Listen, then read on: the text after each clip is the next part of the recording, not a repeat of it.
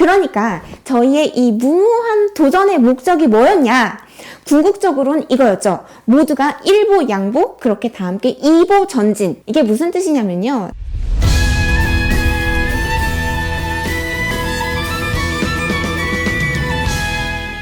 제가 생각하는 저희 팀이 생각했던 융합의 필요성은 이렇게 모두를 한 보씩 양보해서 서로의 경계를 허물고 어떤 여기까지가 다야 라는 경계를 허물고 그렇게 함으로 인해서 두 보를 전진하게 하는 그런 것이었습니다. 자, 예를 들어 AI 로봇에게는 지금까지 없었던 뭔가 따뜻하고 예술적인 이미지를 부여해주고요. 순수 예술 장르, 저희 같은 순수 예술 장르에는 뭔가 새로운 시대를 맞은 다양성을 제시할 수 있는 부분이 그런 장점, 그런 이보 전진이 있었고요.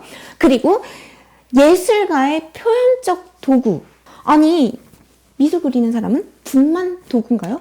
연주하는 사람은 연주, 악기만 도구인가요? 그게 아니죠. 우리의 예술적 표현을 하는 데 있어서 이렇게도 도구를 확대해서 생각할 수 있구나. 이런 것을 알려드리는 거죠. 그리고 기획자에게는 뭔가 편의를 도모하는 거예요. 사람이 인력을 데려다가 50명을 안무를 시킨다고 생각을 해보세요. 똑같은 안무를 하기 위해서는 굉장한 시간과 노력이 필요합니다. 근데 로봇이 코딩을 하면 50대든 100대가 한꺼번에 움직이죠. 또 청중에게는 그렇게 기획자가, 연주자가 비용을 절감해서 예산을 절감하는 것으로 청중은 그만큼 비용을 절감해서 향유를 하는데 접근성이 증진이 될 수 있는 거죠. 그런 목적을 달성하기 위해서 저희가 잡은 컨셉적 키워드는 3가지였습니다. 목적적 키워드라고 해야 될까요? 우리가 청각, 시각, 촉각으로 청중에게 다가간다. 이게 무슨 뜻인지 지금부터 설명을 해볼게요. 그러니까 기존 콘텐츠와 다른 점, 창신성이 뭐냐고 물어보신다면 우리는 이 기술을 융복합한 예술 공연을 사람들한테, 여러분께 청각적, 시각적, 촉각적인 경험으로 직접적으로 여러분들께 경험하게 해드리고자 한다. 라는 취지가 있었어요. 시각이라고 한다면 아까 말씀드린 것처럼 사계잖아요. 그거를 K사계로 한국적 이미지를 인공지능이 딥드림이 재해석한 거를 미디어 파사드로 입체적으로 표현한다. 그리고 고흐가 그린 스타일로 표현한다. 그리고 청각적으로는 1735년에 제작된 악기예요. 제 악기가 가장 오래된, 어찌 보면 지금 현존하는 가장 오래된 장비로 이 융복합 사업에 청각적으로 여러분들께 연주를 해드리는 거고, 촉각적으로는 AI 로봇을 움직임과 소리와 앞에서 움직이는 그 같이 콜라보하는 장면을 감동으로 체험하게 해드린다. 뭐 이런 의미였어요. 그러니까 기존에 지금까지 존재해왔던 AI 로봇 융합 콘텐츠의 문제점이었다면 항상 언제나 짧은 무대 또는 언제나 정확한 음악의 빠르기가 미리 약속되어 있어야 했으므로 대중적인 음악에만 맞춰서 지금까지 주로 실현이 되었다는 점, 또는 공공기관, 학교 등에서 이미 많이 사용은 되고 있으나 인공지능 로봇은 여전히 사람들한테 아주 차가운 개체로, 차가운 물건으로, 뭔가 차가운 걸로 인식되고 있다는 점, 이런 게 지금까지의 인공지능 로봇의 뭔가 문제점이었다고 저희는 판단을 했습니다. 그럼 청각적으로 다가갈 때 왜 하필이면 비발디의 사계인가? 협주곡인 사계는 사실 협주곡의 형태로 작곡이 된 거예요. 협주곡이 뭐냐면 콘체르토죠. 원어로는 콘체르토라고 하는데 이게 이런 뜻을 갖고 있어요. 솔리스트, 혼자 연주하는, 앞에서 연주하는 솔리스트가 100명이 연주하는 오케스트라와 싸운다, 배틀한다, 이런 의미를 갖고 있는 게 협주곡이에요. 그러니까 하필이면 사계를 고른 이유 중에 하나도 어쩌면 앞에서 제가 연주를 하고 있죠? 그리고 여기에 로봇 50대가 동원되는 그거를 현대적으로 해석해서 배틀한다. 그렇게도 한번 생각을 해볼 수 있지 않을까 했어요. 그리고 오리지널 버전 사계에는 클래식으로 연주할 때마다 빠르기가 바뀌어서 로봇과의 코딩이 불가능하지만 아까 말씀드린 것처럼 제 락 버전의 음악이라면 미리 정확하게 어찌 보면 코딩된 음악으로 로봇의 코딩이 가능했던 것이었죠. 이로 인해서 AI 로봇의 코딩이 정말 가능했던 거라 참 감사한 것 같습니다. 그리고 클래식, 대중성, 이거를 두 마리의 토끼를 한꺼번에 공략할 수 있는 클래식의 거의 유일무이한 레파토리가 있다면 그게 사계겠죠. 여러분 중에 사계를 모르시는 분은 없을 거 아니에요. 이렇게 로봇 오케스트라와의 합주, 그리고 미디어 파사드와의 구현이 매우 적합한 곡이 바로 사계였다고 판단했습니다. 그리고 여러분이 또 심사위원이라면 이렇게 물어보셨을 거예요. 저희 실제로도 그렇게 질문을 받았던 것 같기도 하고요. 왜 하필이면 바이올리니스트야? 저는 이렇게 말씀드리고 싶어요. 현존하는 가장 오래된 장비를 사용하는 직업군, 클래식 음악가죠. 그렇기 때문에 더더욱 이 클래식 음악 1735년산 과르네리 명기와 그걸 연주해서 AI와 융합한다는 의미가 참된 융복합 사업에, 그것도 예술적 사업에 유의미한 기록이 될 수 있다고 저는 판단을 했습니다. 여러분은 어떻게 생각하시는지 모르겠어요.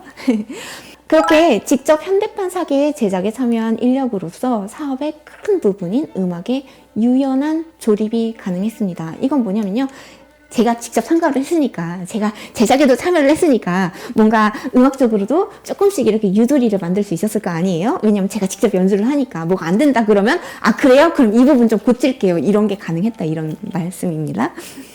1735년산 과르네리와 AI 로봇의 조우, 그러니까 만남, 이거는 저는 굉장히 큰 의미가 있다고 생각합니다. 여러분도 이 이야기를 들은 이후에는 조금이라도 거기에 동조를 해주시면 참 좋겠어요. 자, 그리고 시각적인 컨셉은 뭐였냐? 21세기 대한민국에 온 고흐. 그렇게 한번 상상을 해보세요. 구글은요, 2018년에 빈센트 반 고흐의 화풍을 인공지능이 학습하게 했습니다. 그렇게 입력한 이미지를 드로잉해서, 인공지능이 드로잉해서 그려서 그거를 꺼내와서 인공지능 프로그램 딥드림을 오픈소스로 공개를 했습니다. 이 프로그램에서 딥드림을 활용을 하면 대한민국의 사계절을 제가 이 딥드림이라는 프로그램에 넣어요. 그러면 거기에 우리 대한민국 사람들한테도 그렇고 세계 사람들한테 사랑을 받고 있는 반 고흐의 화법으로 다시 한번 대한민국의 사계가 표현이 되게 되는 거죠. 그리고 이거를 미디어 파사드를 통해서 무대 전체에 투사를 하는 그런 시각적인 효과를 저희가 꾀한 거였습니다. 비발디의 사계는 한국인이 가장 사랑하는 클래식 순위에서 언제나 항상 10손가락 안에 드는 곡이고, 사계절이 뚜렷한 대한민국의 환경과 그 결이 좀 일치한다고 저희는 생각했고, 그로 인해서 또한 하필이면 우리가 나라에서, 국고에서 지원을 받을 때 조금 더 대한민국스러운 그 아름다운 사계를 표출하는데, 자랑하는데 좀 사용을 하고 싶었습니다.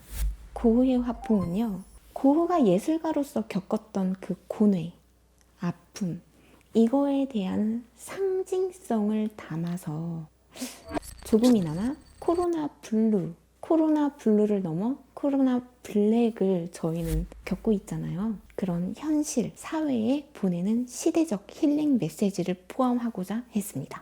자, 그리고 촉감! AI 로봇은 차갑다!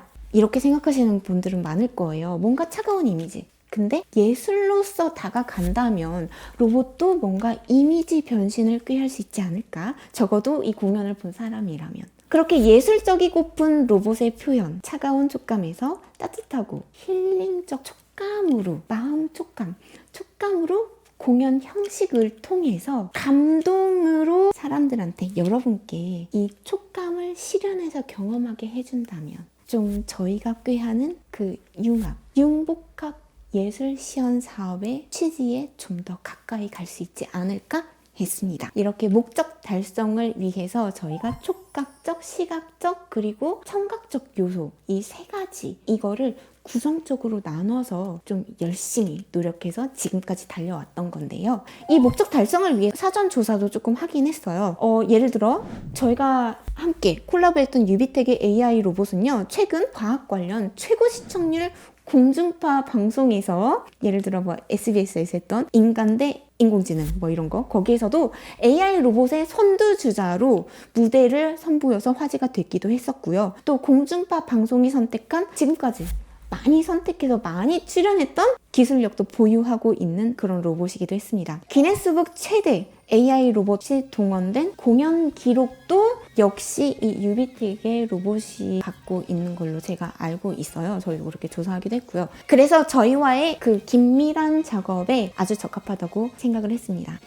자, 곧 그 공연도 조금씩 보고 있겠죠? 이렇게 예술하고 로봇 기술의 매칭 시도는 아시다시피 굉장히 많아요. 뭐 아사히 신문 등 일본 언론에 따르면 도쿄 대학이나 구니타치 음악대학 이런 연구진들이 도쿄 대하고 그리고 오사카 대학에서 공동으로 개발을 해가지고 안드로이드 로봇 오르카 3 이걸 활용해가지고 인공지능 안드로이드 로봇이 오케스트라를 지휘하는 그런 연구 프로젝트를 시작한다고 밝히기도 했었고, 이건 2022년 3월까지 지속된다고 합니다. 그리고 그 외에도 뭐 조지아텍에도 음악 테크 연구소도 있고요. 또는 뭐 이 외에도 굉장히 많은 사례들이 있죠. 그리고 미디어 파사드도 그래요.